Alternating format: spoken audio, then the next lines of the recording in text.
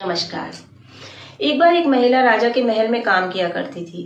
एक दिन ये बच्चे को अपने साथ भी महल में लेकर के चली जाती है। बच्चा खेल रहा होता है। खेलते खेलते उसे एक कांच का बड़ा सा टुकड़ा मिलता है। ये टुकड़ा ला करके अपनी माँ को देता है। माँ देखती है, कहती है अरे ये तो हीरा है, लेकिन ये बच्चे को नहीं बताती। बच्चे से कहती है कि कहाँ से कांच का टुकड़ा उठा लाया है, और उसके सामने ही जोर से वो मैदान में फेंक देती है। बच्चा जाकर के खेलने लगता है। वो ऐसा इसलिए करती है कहीं ये बच्चा जाकर के राज्य में सबको ना बता दे कि मुझे हीरा मिला है। बच्चा जाकर के खेलने लगता है। जैसे ही बच्चा जाता है, ये महिला जाती है मैदान से हीरे का टुकड़ा उठा करके अपने पास संभाल करके रख लेती है। शाम होती है, महिला अपने घर जाती है। अपने घर जाने के बाद ये हीरे के टुकड़े को सुनार के पास लेकर के जाती है। सुनार को दिखाती है और कहती है भैया देखना क्या ये हीरा है।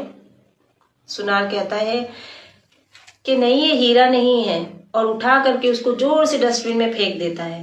कहता है कि तुम लोग मूर्ख लोग, पता नहीं इस कांच के टुकड़े को कहाँ से हीरा समझ लेते हो और उठा करके चले आते हो। ये हीरा नहीं है, जाओ दुकान से अपना काम करो। महिला निराश होकर के वहां से चली जाती है। सुनार जो महिला के जाते ही उस टुकड़े को उठाता है, उस हीरे को उठाता है और जौहरी के पास जाता है। जौहरी उस टुकड़े को देखता है और देखते ही परख जाता है कि ये तो बेशकीमती हीरा है। लेकिन सिर्फ सुनार को दिखाने के लिए वो हीरे को जोर से दुकान के बाहर फेंकता है कि ये तो कांच का टुकड़ा है, कहाँ से उठा करके लेके आए हो हीरा, तुम सुनार होकर के तुम्हें इतनी पहचान नहीं है।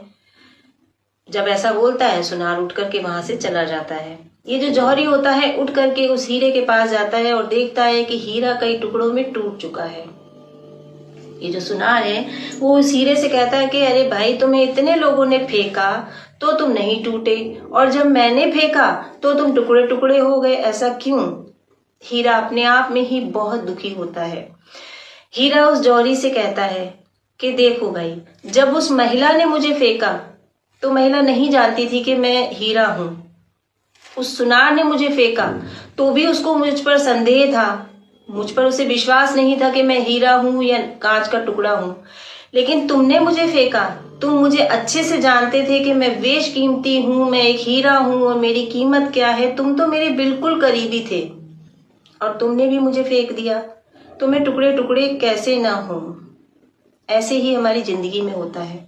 हमारे आसपास के लोग, हमारे जान पहचान के लोग, हमारे चारों तरफ के लोग हमसे चाहे कुछ भी कहें, हम एक कान से सुनते हैं और दूसरे कान से निकाल देते हैं।